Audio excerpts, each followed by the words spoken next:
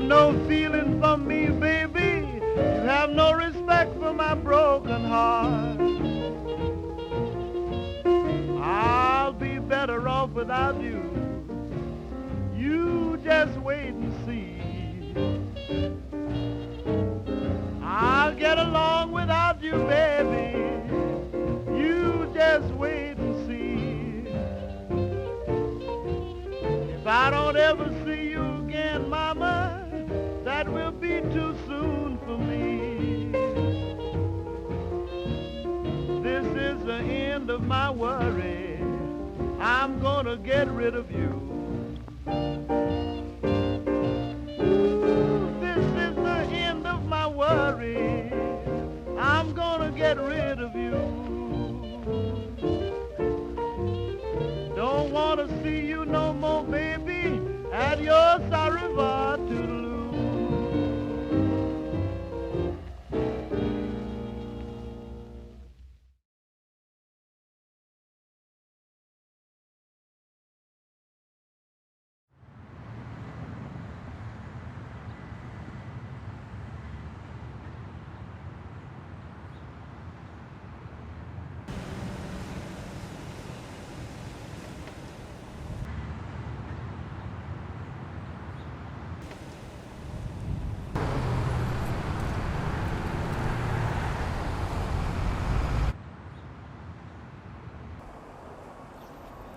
Not the same.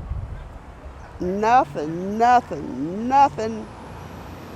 like the Chester that I grew up in.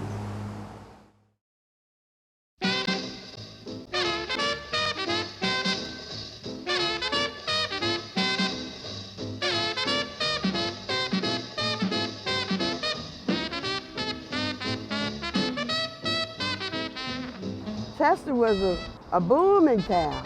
Anybody will tell you that. Shipyards were gone and the Scotch paper was gone. Business-wise, very good working conditions here. Not only booming town for that, we had all kind of entertainment here, from Nat King Cole, all of them. Ethel Waters was born here in the city of Chester. I think that would be like the 50s, when everything seemed to be thriving. I heard words about you could come out here and really party. She's read with me because you see, I like 'em fat like that. We just had everything going on in Chester. It was a small place, but it was a good place to live.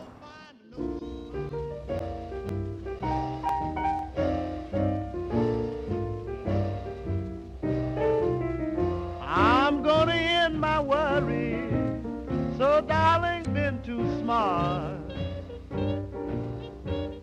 You have no feeling for me, baby. It really hurts sometimes when I go in different areas of the city and see how torn down it is, how it's just nothing there no more, you know, and how lively it used to be and how the people were together. You know, they were together. The morale in Chester is so low now, you know. You hardly ever hear anything good about Chester now, although there is some good things in Chester.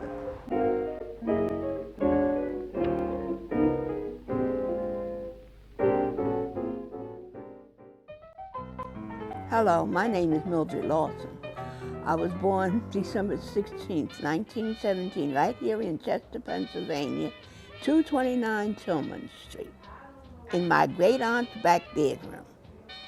Well, when I was born, I weighed 11 pounds and 3/4.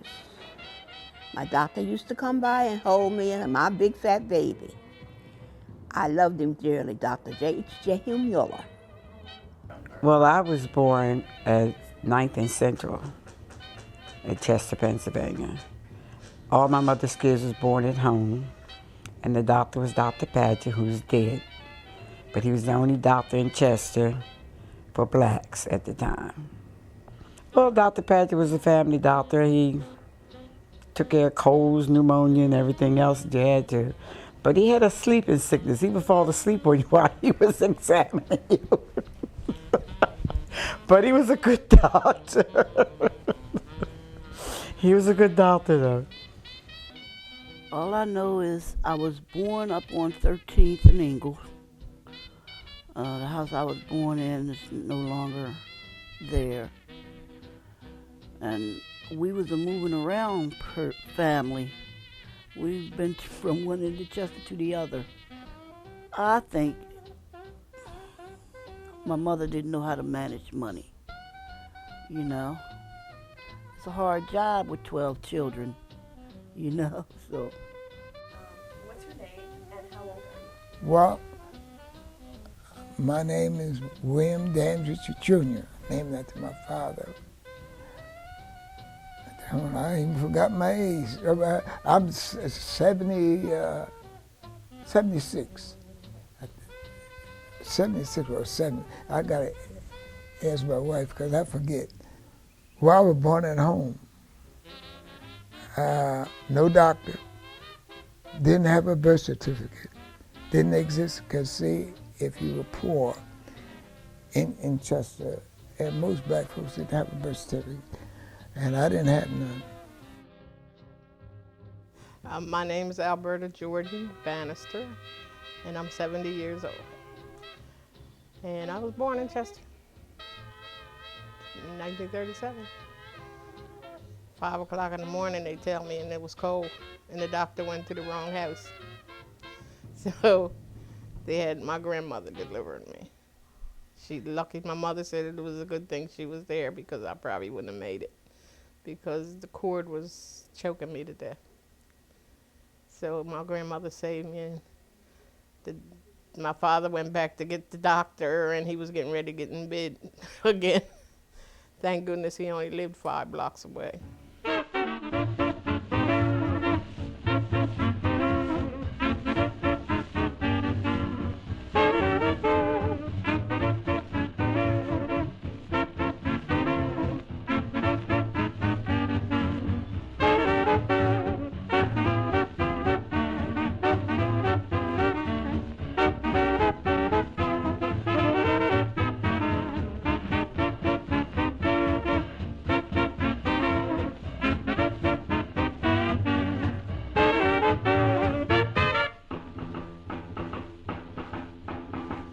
Anybody that wanted a job could find a job in Chester. We had Ship and Shore, we had Ford Motor Company, we had all kinds of jobs in Chester. Nobody had a problem finding a job in Chester if they wanted to work. Now, that's the truth. My mother, she did house cleaning. She also took in some washing for people. My dad, he got a job when he came. He got a job at the Labor's Union, which is here in Chester now. That's when a lot of migration took part. Conditions were available for if you wanted a job, you could find it here in the state of Pennsylvania. We came in a truck. It was in January 1929. I never will forget. It was in a truck, and it was about 10 people in that truck. That's why most people from the South came to the state of Pennsylvania for the work habits. People worked at the shipyard. They worked at Congolium. A lot of women had jobs, and they made good money, and that money helped them to buy a little home or something, you know. So after the war, they were able, like I said before, like to say on good times, is moving on up, you know. We got paid $3 a week. Yeah, $3 a week. If you made $7 a week, that was big money. I did 24 years at Taylor Hospital. I went there in 1941 and retired when I was 65. My first job was at a hoagie shop on 3rd Street with my Dee Costanza.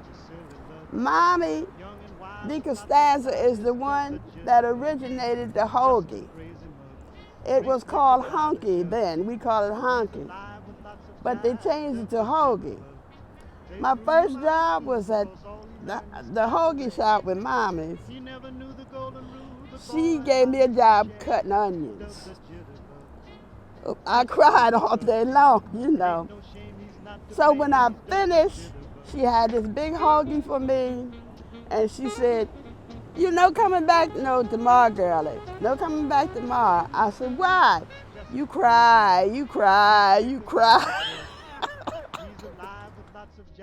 And back then, things were cheap. The trolley was 5 cents, the amusement park about 10 cents to get in Woodside Park. I worked right up here on 12th Street for the B&O Railroad for 18 years. I was a crossing guard. We had gates that went up and down, And I met many people and made many friends working there. I saw the kids grow up to be grown men and women, get married and go off, and raise their families and all. My Aunt Mildred told me, if you need help cooking, call me. I never called her because I had watched so much that I knew how to cook anything them people wanted to eat. See, they had a ferry that went across on the other side. Now, a lot of people would catch the ferry and go over there to work like picking berries, and I never did that. Picking berries, my sister did picking berries and stuff like that, I've been independent ever since I was 17 years old, working to take care of myself. Even though I was married, I worked. I really did, and I enjoyed it. We had a sign in Chester that said, "What Chester makes Chester." Every time they'd look for that cat in court, he'd be doing the panty waist and still talk about a Doug the jitterbug. Chester was different then because you didn't have drugs. You didn't have a whole lot of fighting and carrying on. You could leave your door open, and everybody was a family. If you got a whipping by your neighbor, your mother didn't complain. Your mother didn't get out there fuss and argue because the neighbors spanked you. They had the right to do it.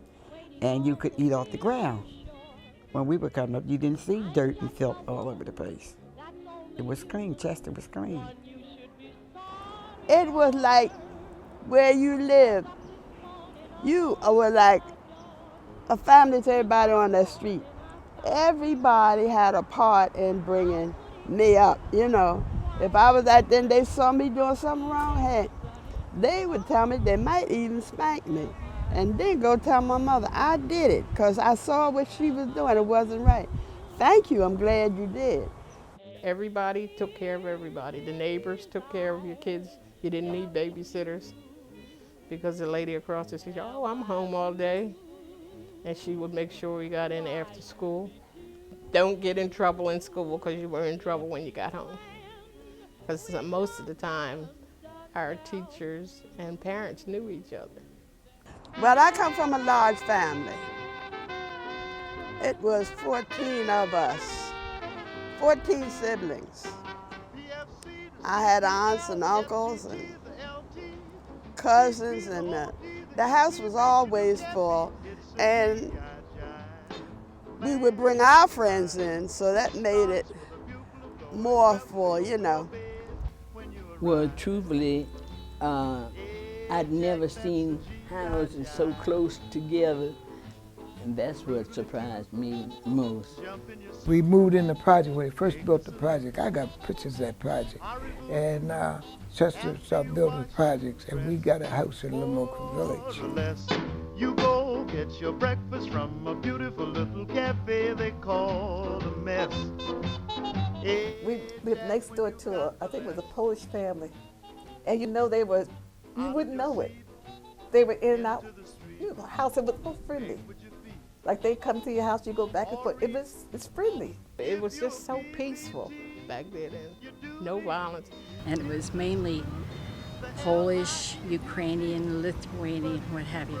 But Chester was divided into sections, and it had nothing to do with racism, which the media plays up. If we made a big pan of biscuits, they come over and grab the biscuits. They like to make this what they call I call it goulash soup, a stew. I don't know if it was some kind of stew they make. Oh boy, was it good. If you moved here from another country, you naturally wanted to be with people who spoke your language. You went to church together, school together, and so forth. So you had your East European, the ones I just said. You had your Italian section, you had your black section, you had your Russian section. You wouldn't know, but they used to have what they call rent parties. You owed your rent. You didn't have the money for your rent. I would give a rent party for you. And rent parties consist of fried chicken, dish, and everything in the home group. And it was sold, you know, like maybe 10 or 15, whatever money. The money was raised from some of the chicken and whatever we give to you to pay your rent. And it went around like that. If another person had a hard time, they would chip in and help that person. That's the part I miss. I mean, you know, people, they help one another. And they don't do that anymore.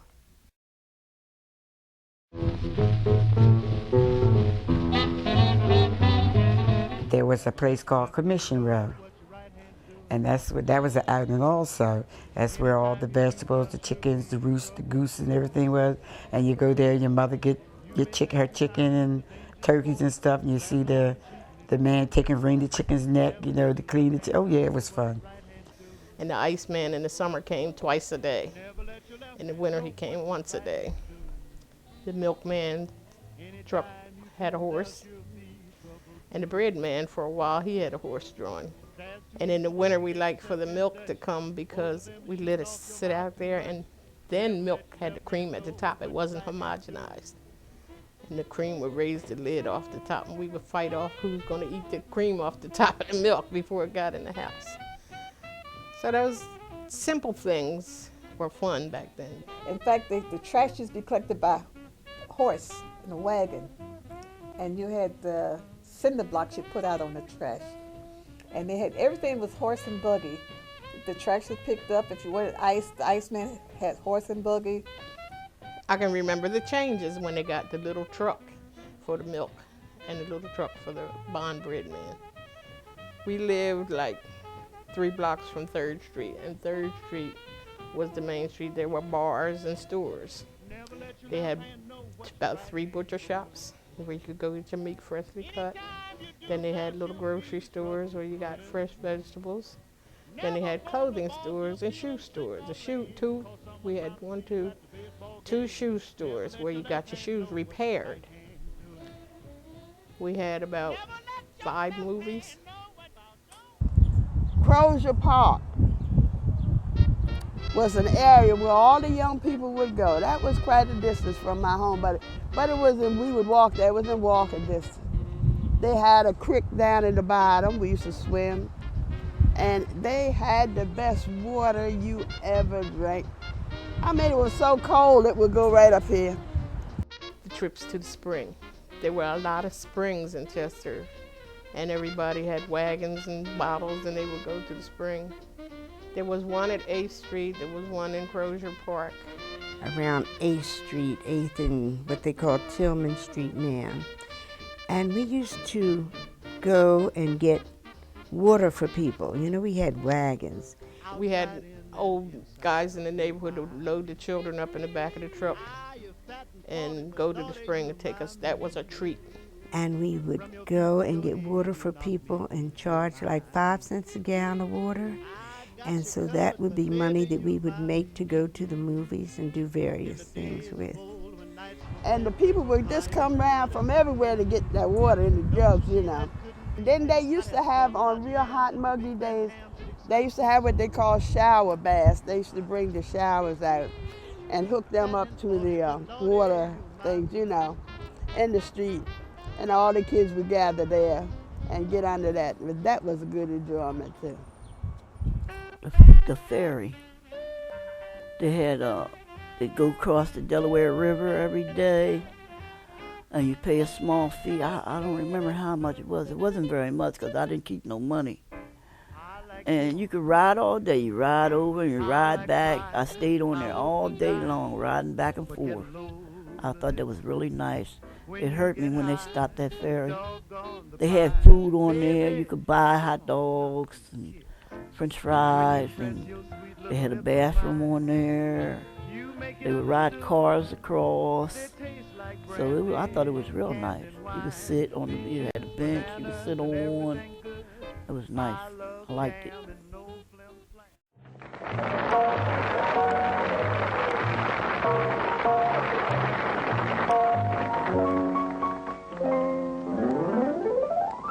When you sang me a love song, you used to make me sigh. I listened. When you called me, I followed and followed you till I was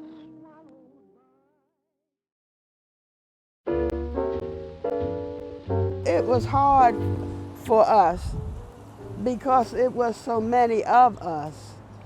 And even though they had welfare during those times, I don't ever remember my family being on welfare. My grandmother on my father's side lived next door to us. She kept us intact. She fussed a lot. And I remember that she raised chickens in the yard. She raised chickens and pigeons to eat. Everybody in the neighborhood had a garden. My grandmother had a garden at the end of the yard. My father had one in the front yard. And everybody had gardens down near the ferry. There were all gardens back there until industry changed it. Industry took all the land. That's the way we made things do. We grew stuff. And people canned. We didn't have freezers back there. We had ice boxes. We just didn't eat a lot of food, whatever you wanted. We got one serving of meat and all the vegetables you could eat. In the winter down on Front Street, the people used to go down there, and yeah, they would steal the coal off the railroad cars. Everybody did it. Some would sell it, but most of all, the people down there would get that coal to heat their homes because they had no other way of doing it. You know, they might find some wood here or there, but mainly that was a source of heat for us. Hard life. I had to steal. I mean, my brother stole, and I cook it. You take it, I'll cook it.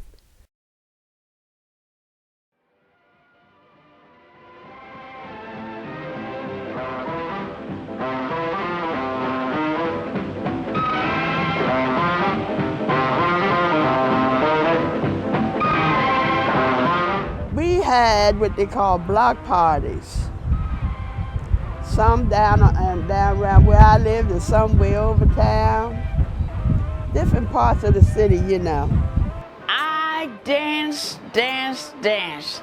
and I would dance and prance, and so they call me the dancing machine. And they had nothing to eat, but she's my baby, and I love her just the same.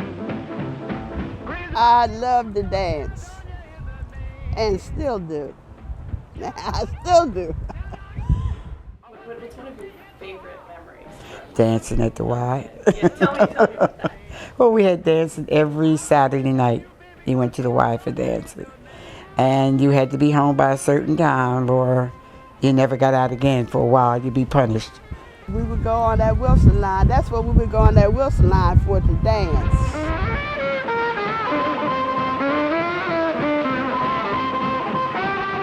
I remember the Wilson lines coming to Chester would take us over to Riverview Beach, the kids.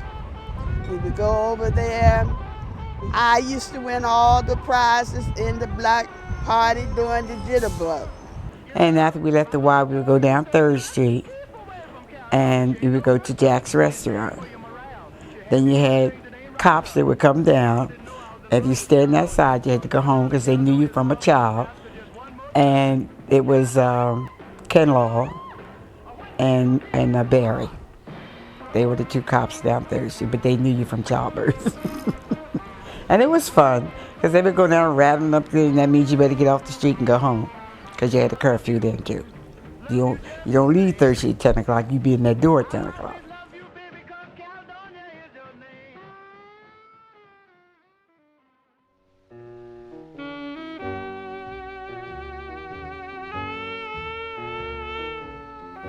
When I got out of high school, I went to apply for a job at Delchester News. I'll never forget it.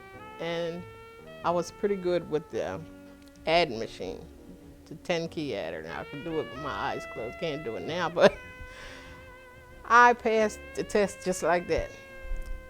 And when I went in for the interview, the man said, "Oh, she passed." He said, "That's good." And I was in the hall. And the man said, "Oh, that's excellent. Oh, we need her." And when I walked in the office and he saw me, he says, "Oh, yes." He said, "Well, your test scores were good. We'll call you." And that was the end of that. Not that long ago, up in Brookhaven, as a matter of fact, and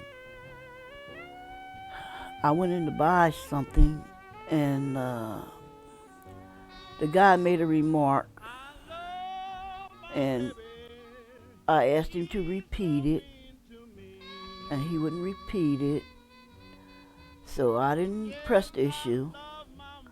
And the food I bought, I threw it away because I was scared to eat it. And I left out of there, and I haven't been back in there since.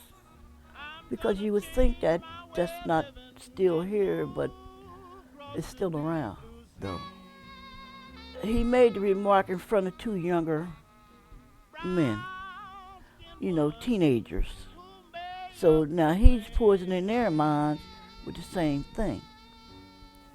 I went to an all-black elementary school and all-black middle school. And I never got to a mixed school till I got to high school. Oh, certain areas of Chester we couldn't go in. No.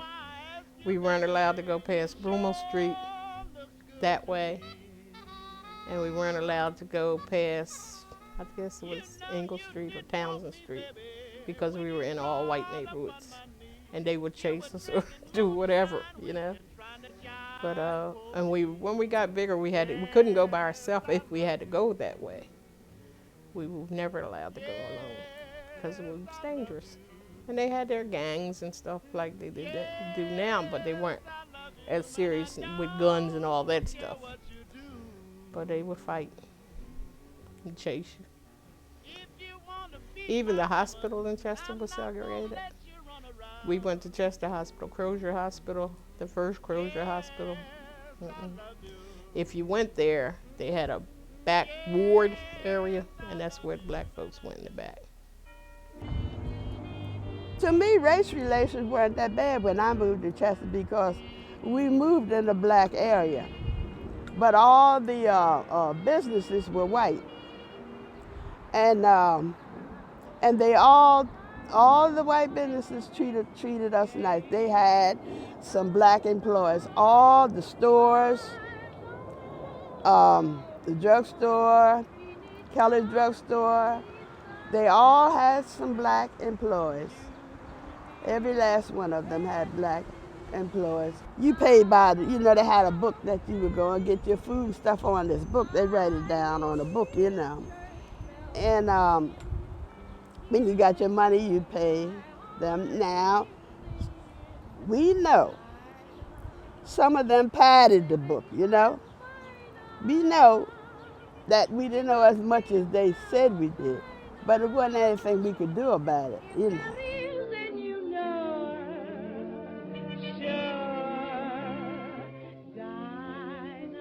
If we went on the Wilson line, we had to be down in the bottom of the boat, you know. We couldn't go up on the other floor. The other floor was for the white folks, and we had to go down the bottom. But we didn't mind that. We went down there, we danced, we did what we wanted to do and got off the boat and came on home. That was no problem. The movies, they had an upstairs at the Strand, and was for us, and downstairs was for the white people. I do remember that we couldn't, the only movie we had to go to was the Roxy Theater, and that was the 4th and Central. The rest of them was for whites.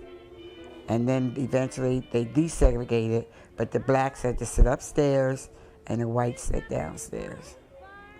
And then eventually the Strand Theater down on 3rd Street, blacks start going there. The civil rights movement made a big change in Chester because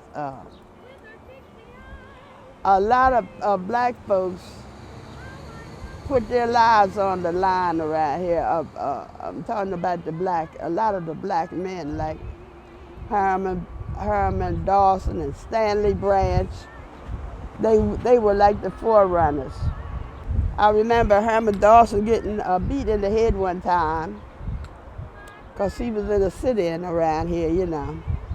And we were able to come over town and sit at the 5 and dime counter and eat. We could come over town to the movies and sit where we wanted to sit, you know. So it did, the civil rights, it did make a big difference to us here in Chester. It really did.